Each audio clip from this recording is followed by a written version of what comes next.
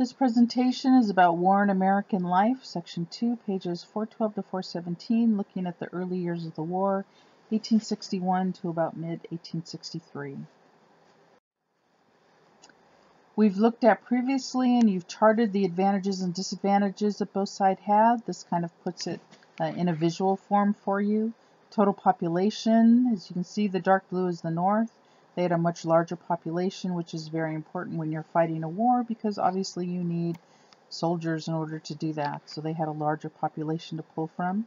Bank deposits. Wars are very costly things. It takes a lot of money to fight a war, and the North had that advantage. The factories, very important because you need them to supply you with arms and ammunition and uniforms and the various products that you need in order to fight a war. That was a problem the South had, always running out of those things because they didn't have the factories to produce it. The one place where the South had the advantage was in cotton. They were hoping to use their cotton to their advantage and get Great Britain to come into the war as their ally and to supply them and help them out with fighting because Great Britain was a big buyer of southern cotton.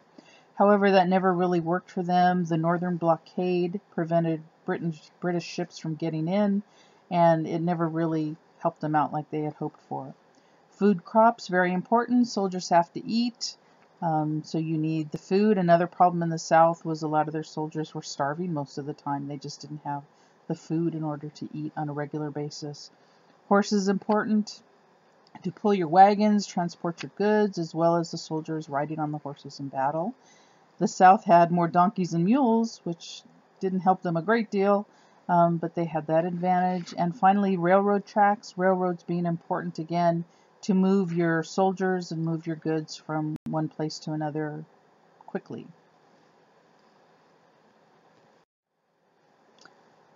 Both sides started out the war with voluntary armies. They hoped people would volunteer. Unfortunately, just not enough people volunteered for that to be effective. So both sides had to initiate a draft. The South did this first. It's called conscription, and it's basically you're being made to fight whether you want to or not. This is a poster from the North. The North initiated their drafts in 1863. However, in the North, and actually in the South too, if you could afford it, you could buy your way out of having to serve. If you paid in the North, it was $300. You could buy your way out, or you could hire somebody to fight for you.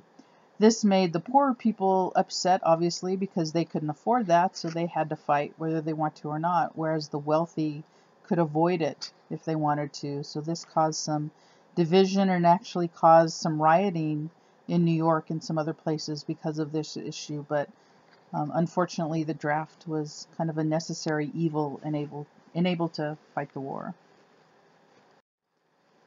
This is a poster or picture from the Irish immigrants were a popular group to be recruiting, especially getting paid to fight in somebody else's place, and also because they couldn't afford to buy their way out of it.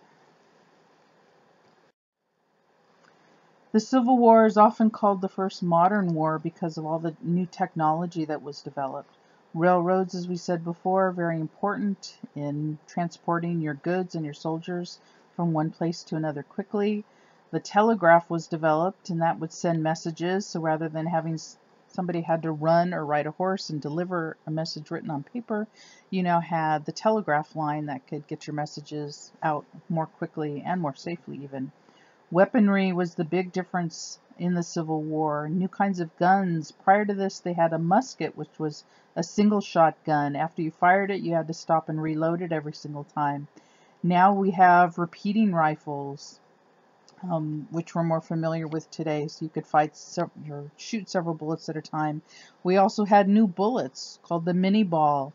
It was a different configuration and caused a lot more damage and was a lot more effective than the musket ball. You also had ironclad ships, which we'll look at a little bit more in a minute, but it's basically, that's a new type of warship that they developed. Cameras, believe it or not, were also very important during this war. They became very popular. Matthew Brady is most well known, is one of the most well-known photographers of the era. He would go to the battlefields, not during the battle because you couldn't take moving pictures, But after the battles were over, and all the dead lay dying on the fields, he would take pictures of that, and then he would have photography shows back in the North showing people kind of the terribleness of war, and it really made people more aware of how terrible war really was when they can see it for themselves, see the pictures of the dead and the dying in the fields, and how horrific war was. And lastly, medicine.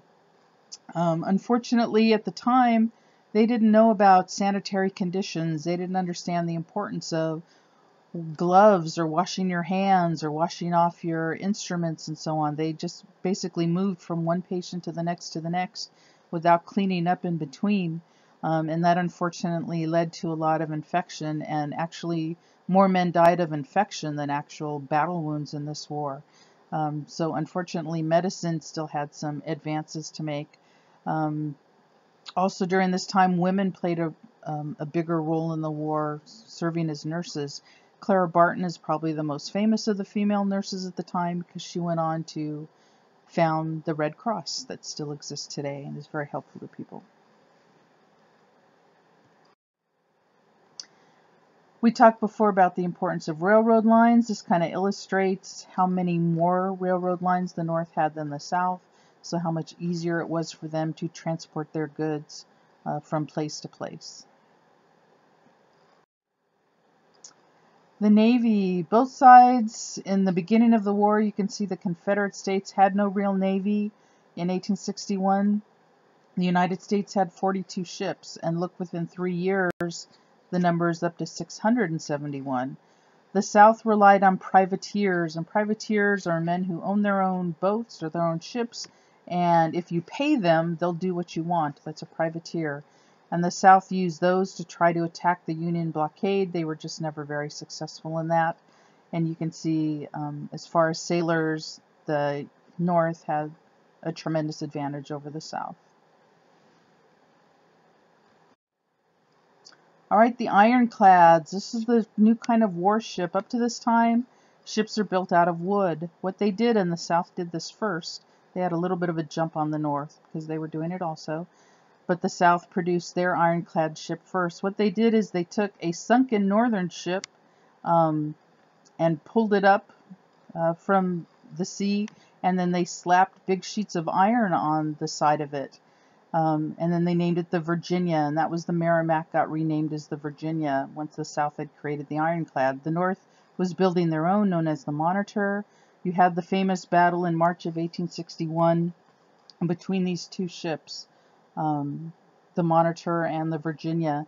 And basically their battle went on for hours, and their cannonballs just kind of bounced off the sides of each other.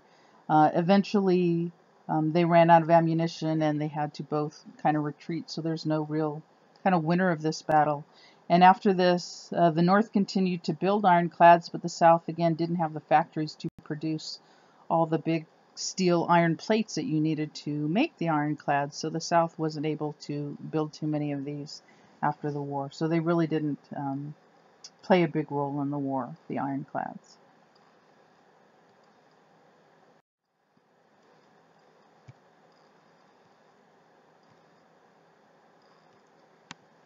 The Emancipation Proclamation was developed, or was written, by Abraham Lincoln, and what it did, it was issued in January 1st, 1863, and it basically declared that all the slaves in the Confederacy would be set free. Problem was, Lincoln wasn't the president of the Confederacy, so what he said, the people in the South didn't care. They didn't, it didn't free any slaves at the time. But what it did basically was promise that once the war was over, and presumably the North was going to win, then all the slaves would be set free at that time.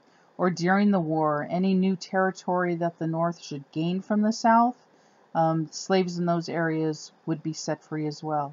It also at this time allowed blacks to serve in the Union Army and Navy. Up to this time, it hadn't been allowed.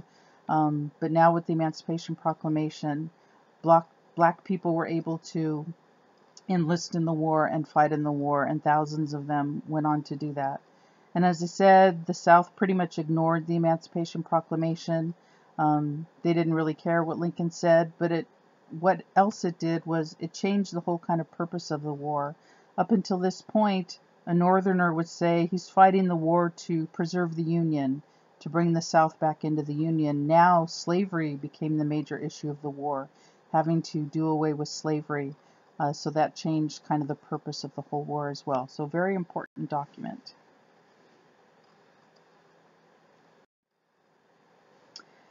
This shows you the United States at this time, 1863. You can see the orange is the Union States, the green are the Confederate States.